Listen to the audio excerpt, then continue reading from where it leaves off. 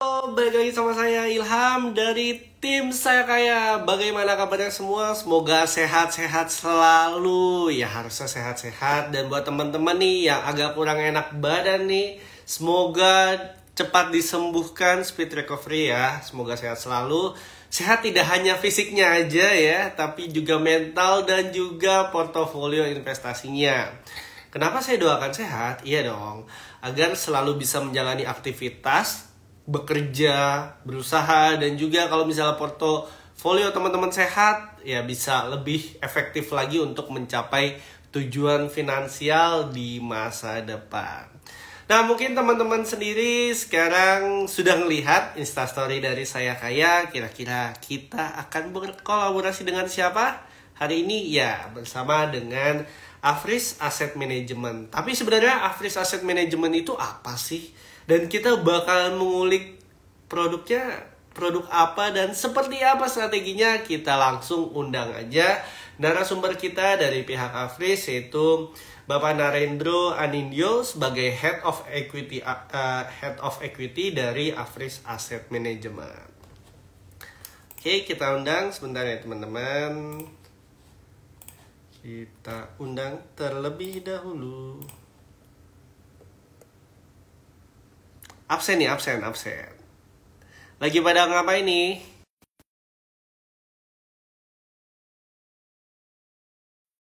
Udah mendekati jam pulang kerja, terus mendung. Waduh, harus tetap semangat. Oke, kita invite. Halo, selamat sore, Mas Narendra. Selamat sore, Mas Ilham. Gimana kabarnya, Mas? Sehat? Sehat, baik. Alhamdulillah. Di kantor lagi cuaca gimana, Mas? Ya, cuacanya mendung-mendung ya seharian, tapi tetap semangat. Wah, iyalah, mendung-mendung harus tetap semangat ya, walaupun bawaannya pengen rebahan. Oh, ini ada yang absen juga nih. Lagi masak mie, Mas. Waduh, enak banget itu. Lagi dalam kondisi kayak gini tuh, aduh. Nah, justru itu dalam kondisi saat ini, habis masak mie, disediakan mie-nya sambil nonton kita IG Live, mengulik salah satu produk yang yang di aplikasi Saya Kaya nih, something spesial. Tapi something spesialnya bagaimana, keunikannya bagaimana, kita bakalan bahas. Mas Narendra, apakah sudah siap untuk sharing ke teman-teman semua? Iya, siap. Oke. Jadi teman-teman, sebelum kita ngebahas tentang produknya, mungkin bisa diperkenalkan terlebih dahulu nih untuk sebagian besar dari teman-teman juga udah paham Afris Asset Management itu apa, tapi ada juga nih yang penasaran. Sebenarnya Afris Asset Management itu perusahaan apa sih, Mas? Ya, jadi Afris Asset Management itu adalah perusahaan manajer investasi. Kita perusahaan manajer investasi itu tentunya tugasnya adalah mengelola atau menginvestasikan dana-dana dari masyarakat, dari nasabah-nasabah kita, baik itu nasabah institusi maupun juga nasabah individu. Untuk saat ini kita sendiri Afris Asset Management itu mengelola aset under management atau AUM itu sekitar 3,3 triliun rupiah ya dalam bentuk reksadana dan juga KPD, dan kita mempunyai berbagai jenis produk reksadana dari berbagai kelas aset seperti reksadana saham, pendapatan tetap, pasar uang, dan juga ada reksadana terproteksi. Dan kita sendiri Afris Asset Management itu adalah anak usaha atau bagian dari grup Afris Assurance, perusahaan asuransi salah satu yang sudah lama di Indonesia ini. Seperti itu kira-kira. Jadi Afris Asset Management merupakan manajemen investasi yang tugasnya mengelola dana investasi. Nah, mungkin ada yang penasaran nih, kalau di bagian reksadana itu sebelah mana ya? Nah, mungkin aku akan sedikit sharing buat teman-teman, tapi ini disclaimer mode on, ini point of view pribadi, karena kita juga bisa memiliki pandangan yang berbeda. Secara konsep atau analogi sederhananya, reksadana merupakan sebuah wadah investasi. Misalnya kita gambarkan wadah gitu kan. Dalamnya itu isinya dana-dana dari para investor. Jadi teman-teman yang berinvestasi reksadana di Saya Kaya, masuk nih dananya. Tung, masuk. Nah, terus dananya diapain sih? Nggak mungkin dong dananya dibiarin aja gitu kan. Nah, ini adalah tugas dari manajer investasi. Dana investasi yang ada di wadah tersebut akan dikelola oleh manajer investasi dan nantinya akan diinvestasikan ke dalam berbagai macam instrumen keuangan seperti pasar uang, terus habis itu obligasi dan juga saham. Nah, makanya mungkin teman-teman nih melihat di aplikasi Saya Kaya tuh ada reksadana pasar uang, reksadana pendapatan tetap, reksadana campuran, reksadana saham, dan juga reksadana indeks. Nah, salah satu manajer investasi yang bekerja sama dengan Saya Kaya itu Afris Asset Management. Nah, sebelum kita masuk dan mengulik ya sebuah produk dari Afris AM ini, kita pengen tahu nih Mas, highlight market outlook ya, terutama ya di awal tahun 2024 ya. Walaupun masih fresh di awal bulan, tapi sebagian besar nih yang lagi heboh di sosial media kayak ini kayaknya bulan Januari nih berjalannya 0,25 nih, lama banget nih gitu, ada yang bilang gitu. Nah, kalau boleh tahu nih market outlook-nya seperti apa, Mas? Ya, jadi kalau pandangan kita sendiri untuk market di tahun 2024 ini ya, kalau menurut kita akan mempunyai prospek yang cukup lebih baik ya dibandingkan dengan tahun 2023 yang lalu. Dan kita sendiri itu mempunyai target atau proyeksi IHSG itu di sekitar 7.800 itu di base skenario kita.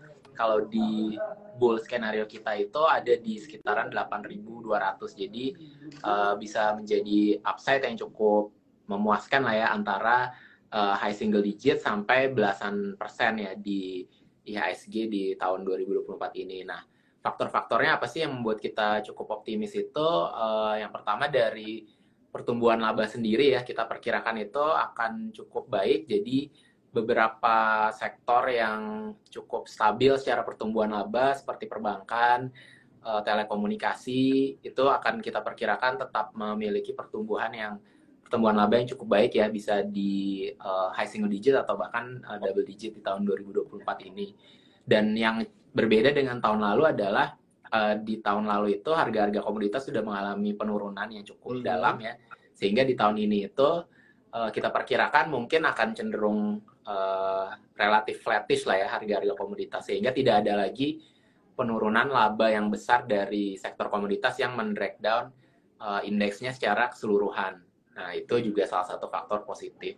Dan yang ketiga tentunya ada belanja dari terkait dengan pemilihan umum dan pemilihan legislatif ya di semester 1 2024 ini, yang tentunya bisa menambah konsumsi.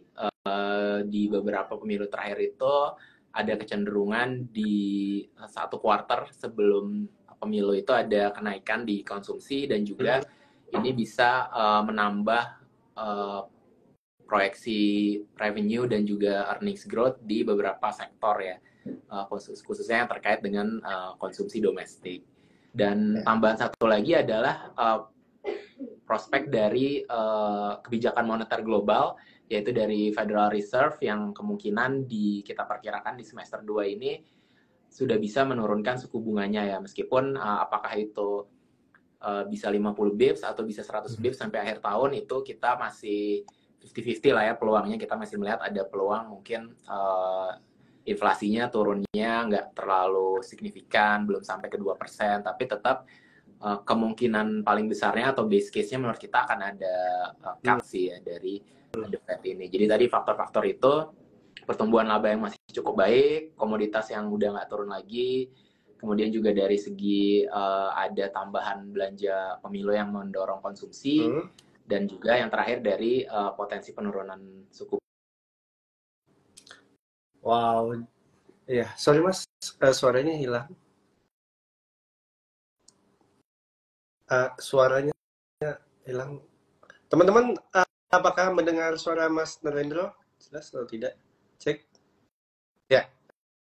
Coba Mas. Aman? Ya, sorry, tadi sempat keputus ya? Iya. Oke. Oke, jadi berdampak pada pasar saham maupun pasar obligasi ya cukup positif ya. Apalagi tadi pandangan terhadap IHSG positifnya di atas 8.000, itu salah satu hal yang kayak wow, kalau bisa ke sana sih ibaratnya pertumbuhannya optimal banget sih sampai sana. Apalagi kayak disupport lagi dengan rencana cut rate dari The Fed, yang bisa juga berdampak pada BI dan sebagainya macamnya, dan juga bisa berdampak positif juga terhadap pasar obligasi. Itu salah satu kesempatan kita sebenarnya untuk berinvestasi dari sekarang, apalagi pada instrumen-instrumen seperti saham dan juga obligasi. Tapi kami juga mengingatkan nih teman-teman, sebelum berinvestasi ada baiknya juga tentukan dulu tujuan investasi kita apa jangka pendek, menengah, ataupun panjang. Selanjutnya kita juga harus memahami nih profil risiko kita seperti apa, apakah konservatif, moderate, dan juga agresif. Nah, kebetulan hari ini kita bakal ngebahas salah satu produk dari Afris, yaitu Afris Equity Growth Fund. Nah, kalau boleh tahu nih Mas Narendro, untuk produk Afris Equity Growth Fund ini sebenarnya reksadana jenis apa dan strateginya itu bagaimana, Mas? Ya, jadi Afris Equity Growth Fund itu adalah produk reksadana saham kita ya, yang menjadi salah satu produk unggulan kita. Jadi strategi investasinya sendiri di sini adalah berinvestasi pada saham-saham yang sering disebut sebagai growth stocks ya, atau dalam kata lain itu saham-saham yang mempunyai potensi pertumbuhan yang lebih tinggi daripada rata-rata market ataupun juga rata-rata industrinya. Jadi growth investing ini tentunya dilakukan dengan kriteria-kriteria baik itu kuantitatif maupun kualitatif, tapi intinya kita mencari perusahaan-perusahaan atau saham-saham yang dalam jangka waktu mungkin 3 tahun sampai 5 tahun ke depan itu menurut kita akan konsisten mencetak pertumbuhan laba yang cukup baik ya, yang tinggi di atas market dan juga di atas rata-rata industrinya. Jadi seperti itu kurang lebih. Jadi strateginya memang pemilihan sahamnya itu lebih ke arah, kita juga nggak sembarangan ya, pasti selektif ya. Untuk melihat emiten-emiten yang memiliki 3 mungkin lebih tetap berkembang. Karena biar baik lagi, biar berpotensi mendapatkan keuntungan dan bakalan berdampak juga nih ke reksadana Afris Equity Growth Fund. Nah, Mas Narendro, selanjutnya kita agak ke belakang sedikit, mau tanya untuk pertumbuhan kinerja historis ya dari reksadana ini seperti apa, Mas? Ya, jadi untuk Afris Equity Growth Fund ini sendiri kinerjanya ini akan saya sebutkan data per 18 Januari 2024 ya. Jadi per kemarin itu secara year to date itu naik 4,9% ya. Jadi di awal tahun sudah cukup lumayan kinerjanya. Kemudian kalau secara 1 tahun itu naik 13,36%. Kalau 3 tahun itu naik 19,1%. Dan kalau since inceptionnya itu adalah di Maret 2020 ya, jadi udah hampir 4 tahun. Jadi hampir 4 tahun itu naik 36,3%. Jadi sejauh ini sih cukup baik dan di atas benchmark maupun dari IHSG. Itu salah satu, kasarnya salah satu sinyal sih teman-teman. Sebenarnya sinyal kita bahwa di atas benchmark, terus strateginya adalah memilih emiten-emiten yang growth atau tetap berkembang. Itu salah satu untuk kita mempertimbangkan untuk investasi di Afris, reksadana Afris Equity Growth Fund ini. Dengan kinerja yang tadi sudah disebutkan oleh Mas Narendro, yang kinerjanya positif. Nah, Mas Narendra tadi kan sempat bilang ini adalah reksadana jenis saham. Mungkin saya dan juga teman-teman IG Live juga penasaran nih, alokasi dananya lebih detailnya seperti apa. Misalnya berapa persen ke saham gitu. Kemudian sektor-sektornya tuh di dalamnya kebanyakan itu apa gitu. Jadi biar teman-teman yang menonton IG Live ketika memutuskan investasi, perkembangan sektor A itu lagi positif. Nah, ternyata di Afris Equity Growth Fund ini di dalamannya atau top 10 alokasi asetnya ada nih gitu, sektor yang disebutkan gitu. Itu bisa mempertimbangkan atau menambah keputusan investasi agar lebih bijak lagi. Ya, jadi kalau untuk alokasi asetnya sendiri saat ini di Afris Equity Growth Fund itu hampir semua atau 95% itu sudah kita investasikan di saham. Sisanya sekitar 5% itu dalam bentuk cash dan juga time deposit, itu hanya untuk memanage liquidity saja ya, untuk menjaga flow subscription redemption yang ada, tapi strateginya adalah 95 sampai 98% lah itu akan selalu diinvestasikan di saham. Nah, dari segi sektor-sektor di sahamnya sendiri itu kita tentunya akan berganti-ganti ya seiring dengan view kita terhadap sektor pertumbuhannya, tapi pada saat ini itu sektor yang terbesar alokasinya adalah di sektor keuangan atau financials, di mana memang bobot dari 4 bank besar itu cukup besar. Saat ini sektor finansial itu mencapai 36% dari portofolio Average Equity Growth Fund. Kemudian yang kedua itu ada juga kita cukup besar di sektor consumer cyclicals, atau di dalamnya itu termasuk retailers dan juga automotive companies ya. Di consumer cyclicals itu kita sekitar 23%. Jadi itu yang sektor terbesar kedua. Kemudian yang ketiga itu kita ada di sektor telekomunikasi atau telco, yang di nama resminya IDX Infra ya, tapi infranya di sini kita hanya ambil yang telco aja. Itu kita ada 19%. Dan selain itu ada juga kita di basic materials sekitar 8%, dan di consumer staples itu sekitar 3%. Jadi kalau di summary yang paling besar itu di finansial, di consumer cyclicals, dan juga di telco. Dan itu sudah menjadi hint kedua yang di awal kita sebutkan, bahwa market outlook dari pihak Afris atau Mas Narendra juga menyebutkan bahwa hal-hal yang seperti kayak perbankan, keuangan, dan juga consumer serta telco ya bisa berpotensi ada dampak positif. Nah, kemudian Mas Narendra, ini ada pertanyaan dari Kak Tiker Trik nih. Apa tantangan tim Afris sampai 6 bulan ke depan dalam mengelola portofolio reksadana? Tanda tanya. Apakah saat ini bergerak dalam konservatif, moderate, atau agresif, Pak? Terima kasih.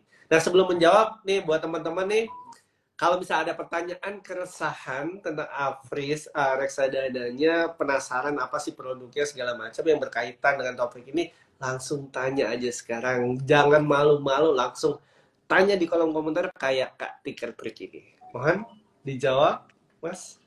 Ya baik, terima kasih atas pertanyaannya. Jadi untuk tantangan yang kita rasa akan terjadi ya, atau ada kemungkinan terjadi dalam 6 bulan ke depan, mungkin salah satunya yang pertama adalah resiko geopolitik ya. Jadi sekarang ini memang sedang cukup meningkat lagi resiko geopolitik. Kita lihat seperti ada beberapa kejadian yang meningkatkan konflik ya antara Iran dan beberapa negara lain di Middle East. Jadi hal ini tentunya bisa berdampak ke harga minyak, ataupun juga berdampak ke logistik cost karena ada konflik di Laut Merah. Dan ini secara tidak langsung bisa berdampak ke inflasi dan ujung-ujungnya ke outlook suku bunga juga gitu. Jadi yang tadi kita perkirakan Fed rate cut itu yang mungkin juga akan diikuti BI rate cut, bisa jadi nggak kejadian apabila resiko geopolitik ini terus meningkat dan dampaknya ke inflasi ya. Itu mungkin resiko yang pertama. Dan tentunya resiko yang kedua juga itu dari domestik ya. Mungkin kita meskipun menurut kita peluangnya atau probability-nya nggak terlalu besar, itu adalah tentunya resiko adanya kebijakan dari pemerintah baru nanti yang mungkin kurang market friendly, atau mungkin secara ekonomi itu lebih menyebabkan uncertainty lah, atau ketidakpastian ya. Itu mungkin resiko kedua. Tapi kalau kita lihat secara umum sih sekarang dari ketiga paslon itu probability hal tersebut nggak terlalu besar lah ya. Jadi kita lihat continuity dari kebijakan ekonomi itu secara garis besar dari ketiga paslon itu tetap akan dijalankan sih gitu. Jadi mungkin tantangannya dari dua itu sih, geopolitik dan juga resiko geopolitik di global, dan juga resiko politik di domestik ya dalam 6 bulan ke depan. Nah kemudian apakah kita cenderung agresif atau konservatif dalam 6 bulan ke depan, itu mungkin bisa dibilang sampai saat ini cenderung moderat ke agresif ya, karena alasannya kita lihat tadi memang dari 4 faktor tadi ya, IHSG bisa kita prediksikan cukup positif kinerjanya, kemungkinan lebih baik daripada tahun lalu, dan juga dari globalnya saat ini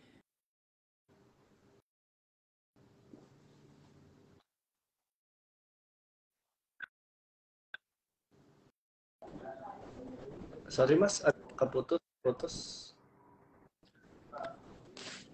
Sorry. Oke. Ya, coba Ya, bisa dilanjut Mas, apa tadi agak udah nyambung? terputus. Oke. Cek. Ya, tadi Ya, jadi boleh. oke mungkin kita ulang sedikit. Jadi kita saat ini cenderung moderate ke agresif ya, karena kita lihat tadi masih cukup positif di outlook pasar saham dalam negeri IHSG, dan juga karena kita melihat sejauh ini data-data di US sendiri juga masih mendukung untuk adanya kemungkinan Fed rate cut di second half ya tahun ini. Oke, Mas Narendra, terima kasih. Semoga menjawab pertanyaannya Kak Tiker Trik. Dan mungkin salah satu yang domestik ini yang bisa jadi pertanyaan juga untuk para netizen dan juga saya sendiri, apakah nanti pemilihan umum di Februari akan satu putaran atau dua putaran, itu akan juga berdampak bagi sebagian besar para investor untuk memutuskan gitu, karena memang saat ini pun walaupun ada beberapa hal-hal positif di luar sana entah secara global maupun domestik, masih ada juga beberapa yang masih wait and see gitu. Tapi kalau misalnya kita merasa wait and see, jangan lupa kita juga bisa loh berinvestasi dan sisihkan walaupun dengan porsi kecil, tapi secara konsisten. Kenapa? Karena kita di sini ingin membangun kebiasaan investasi, bukan soal nominal, tapi membangun kebiasaan investasinya. Nah, teman-teman bisa berinvestasi reksadana di Saya Kaya dengan minimal 10.000. Nah, mungkin terlihat ya, oh, 10.000 aja nggak berjuta-juta, ya mungkin terlihat kecil, tapi di sini adalah untuk membangun kebiasaan investasi. Jadi ketika teman-teman ada rezeki lebih, itu bisa bertambah. Dan salah satu produk yang bisa teman-teman investasikan yaitu Average Equity Growth Fund. Nah, Mas Narendro, ada pertanyaan lagi nih Mas. Tadi kan sudah membicarakan tentang tantangan ya kan, makro dan juga mikro, global dan juga domestik. Nah, kira-kira view untuk Average Equity Growth Fund itu sendiri ke depannya seperti apa? Ya, jadi kalau view kita dalam jangka waktu sampai akhir tahun 2024 ini untuk Average Equity Growth Fund itu kita perkirakan atau targetkan ya itu bisa mencapai return itu sekitar mungkin 18%. Nah, dari mana ini kita dapat? Ini kita dapat dari pertumbuhan laba atau EPS growth dari saham-sahamnya yang sekarang ini menjadi konstituen dari reksadana Average Equity Growth Fund ini. Dan juga kita perkirakan ada sedikit peningkatan dari valuasi atau re-rating dari PE rasionya. Jadi kalau EPS growth-nya itu rata-rata 14% dari emiten-emiten yang ada di reksadana ini, dan mungkin kita perkirakan bisa ada 4-5% tambahan upside dari PE yang meningkat ya, karena sekarang dari PE IHSG sendiri maupun dari company-company yang ada di reksadana ini itu masih di bawah dari rata-rata. Tapi tentunya ini disclaimer ya, hanya perkiraan dari kita saja berdasarkan tadi. Tapi tentunya market sangat dinamis ya, jadi kita tidak bisa menjamin lah gitu. Tapi kita targetkan segitu. Yang namanya market pasti ada naik turunnya, dan investasi juga memiliki risiko. Jadi diingatkan untuk teman-teman sebelum berinvestasi, yang paling penting itu tujuan investasi kita itu apa, jangka pendek, jangka menengah, jangka panjang, kemudian profil risiko kita seperti apa, apakah konservatif, moderate, ataupun agresif. Nah, Mas, kalau ngomongin soal Average Equity Growth Fund, saya mau tahu nih, uniqueness atau keunggulan produk ini dibandingkan reksadana saham lainnya itu seperti apa? Biar teman-teman di sini juga pengen tahu nih, kira-kira kalau misalnya pengen reksadana saham, terus memilih Average Equity Growth Fund itu keunggulannya seperti apa? Ya, jadi kalau menurut kita sendiri dan yang memang kita rencanakan dan terapkan di produk Average Equity Growth Fund ini, keunikan dan juga keunggulannya itu adalah tadi ya, jadi penekanan fokus di faktor growth-nya itu atau di pertumbuhan. Jadi seringkali atau umumnya strategi investasi di saham itu banyak yang memfokuskan pada value atau mencari valuasi yang murah, valuasi yang menarik, dan juga mungkin ada fokus di katalis-katalis jangka pendek, sentimen dari masing-masing saham. Nah, itu bukannya kita ignore faktor-faktor itu, kita perhitungkan juga, tapi fokusnya di average equity growth fund ini adalah sesuai namanya di growth itu sendiri, di pertumbuhan. Jadi kita coba cari saham-saham yang meskipun marketnya mungkin nggak terlalu baik, ataupun meskipun keadaan ekonominya, pertumbuhan ekonominya agak melambat, nah tapi saham-saham itu tetap bisa pertumbuhannya relatif stabil dan relatif lebih tinggi dari yang lain gitu. Jadi bisa kita bilang uniqueness-nya tuh ada di fokus ke growth yang atau pertumbuhan yang stabil itu. Jadi di kondisi market atau ekonomi yang fluktuatif pun dia bisa tetap kalau kita hold dalam jangka medium term lah ya, minimal itu bisa memberikan pertumbuhan seperti di track record kinerjanya di 4 tahun terakhir ini sejak inception. Baik, jadi memang salah satu keunikannya adalah pertumbuhan atau emiten-emiten yang berpotensi untuk terus berkembang ya atau bertumbuh. Nah, mungkin sebagian dari teman-teman yang menonton IG Live ini juga penasaran. Oh, sudah dijelaskan nih dari Mas Narendra, dari market outlook, strateginya seperti apa. Kayak, mungkin ini bisa jadi salah satu alternatif kita nih buat investasi gitu. Nah, pertanyaannya sekarang, berapa sih minimum biaya untuk berinvestasi di average equity growth fund ini, Mas? Ya, jadi minimum biaya investasinya sangat terjangkau ya, hanya di Rp100.000 aja. Di Rp100.000 aja. Itu tuh kalau dibilang nih, apalagi sekarang udah hari Jumat nih, biasanya pulang kerja, ada juga yang masih nongkrong dulu sebelum pulang ke rumah, jajan-jajan, dan sering kali kalau kita jajan kopi, jajan tea, atau minuman segala macem, terus kayak beli dessert segala macam itu more than 100.000 gitu, lebih dari 100.000. Nah, buat teman-teman nih, teman-teman bisa menyisihkan 100.000 atau lebih baik lagi, lebih tinggi untuk berinvestasi untuk mencapai tujuan finansialnya di masa depan dengan aplikasi reksadana dari Saya Kaya. Teman-teman bisa berinvestasi reksadana, ada reksadana pasar uang, reksadana pendapatan tetap, reksadana campuran, reksadana saham, dan juga reksadana indeks. Nah, sebelum berinvestasi, kami ingin mengingatkan bahwa investasi itu memiliki risiko. Jangan lupa untuk tentukan tujuan finansial terlebih dahulu, jangka pendek, jangka menengah, jangka panjang, kemudian pahami nih profil risikonya seperti apa. Apakah kita konservatif, moderate, atau agresif. Karena kalau misalnya ditanya profil risiko, ini kenapa harus memahami diri dulu. Misalnya saya orangnya moderate nih, terus Mas Narendra nih lebih cenderung ke agresif atau konservatif. Strategi investasi yang saya lakukan itu bisa nggak cocok sama dari Mas Narendra sendiri. Jadi memang benar-benar yang harus kita pahami sebelum berinvestasi, itu tentukan tujuan finansialnya, kemudian pahami profil risikonya. Nah, Mas, ini mungkin pertanyaan yang cukup ultimate ya, yang bisa kalau dijawab bisa mencerahkan lagi untuk teman-teman di IG Live. Pertanyaannya adalah, average equity growth fund ini diinvestasikan itu cocoknya untuk tipe investor seperti apa dan jangka waktunya bagaimana? Apakah jangka pendek, jangka menengah, atau jangka panjang? Mohon dijawab, Mas.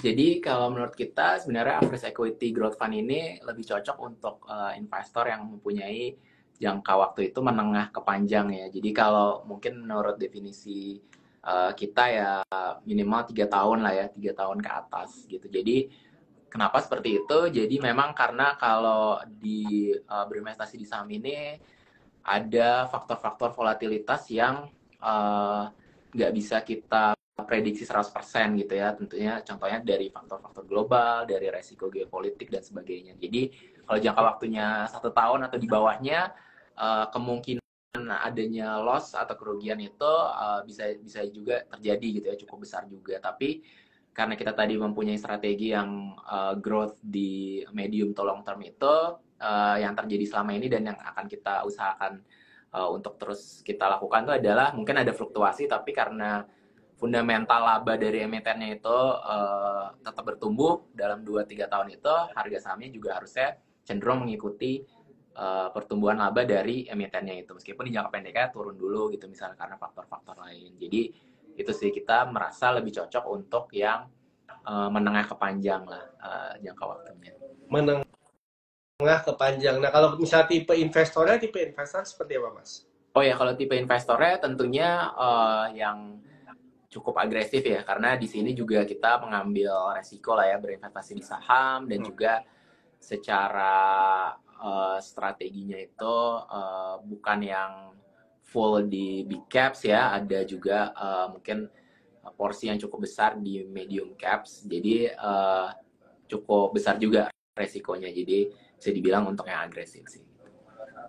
Wah, terima kasih banyak Mas Narendro. Nah, buat teman-teman nih yang pengen tahu kinerjanya seperti apa, detailnya seperti apa, teman-teman langsung bisa lihat aja di sebuah file yang namanya Fun Fact Sheet. Sebenarnya Fun Fact Sheet itu apa sih, Kak? Nah, Fun Fact Sheet itu saya persingkat kayak rangkuman kinerja reksadana. Nah, lihatnya di mana? Sekarang juga teman-teman yang belum download Saya Kaya, download sekarang. Atau teman-teman yang sudah punya aplikasi Saya Kaya, sekarang buka, kemudian klik aja dan cari produk, terus ke bagian produknya Afris Equity Growth Fund, kemudian tap ke informasi, kan ada bagian informasi itu sebelah tengah, kemudian scroll aja langsung ke bawah, dan di situ ada fun fact sheet. Teman-teman bisa melihat kinerja reksadana dari Afris Equity Growth Fund, dan juga ditambahkan lagi yang tadi sudah dijelaskan oleh Mas Narendro.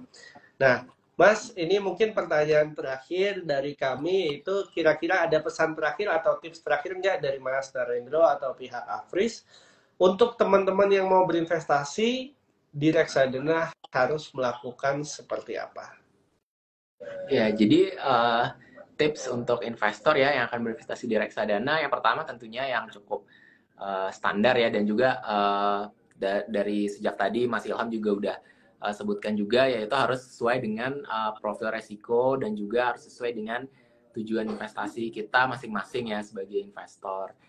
Itu yang pertama. Kemudian yang kedua juga tips dari kita itu adalah lakukanlah riset ya sebanyak-banyaknya sebisa mungkin tentang produk reksadananya yang akan kita investasikan dan juga manajer investasinya, dan tentunya lakukan juga diversifikasi ya dari produk reksadana itu, jangan hanya di satu reksadana dan jangan hanya di satu kelas aset gitu. Jadi ada di reksadana saham, reksadana pendapatan tetap, dan di pasar uang juga gitu. Mungkin seperti itu sih tipsnya dari kita.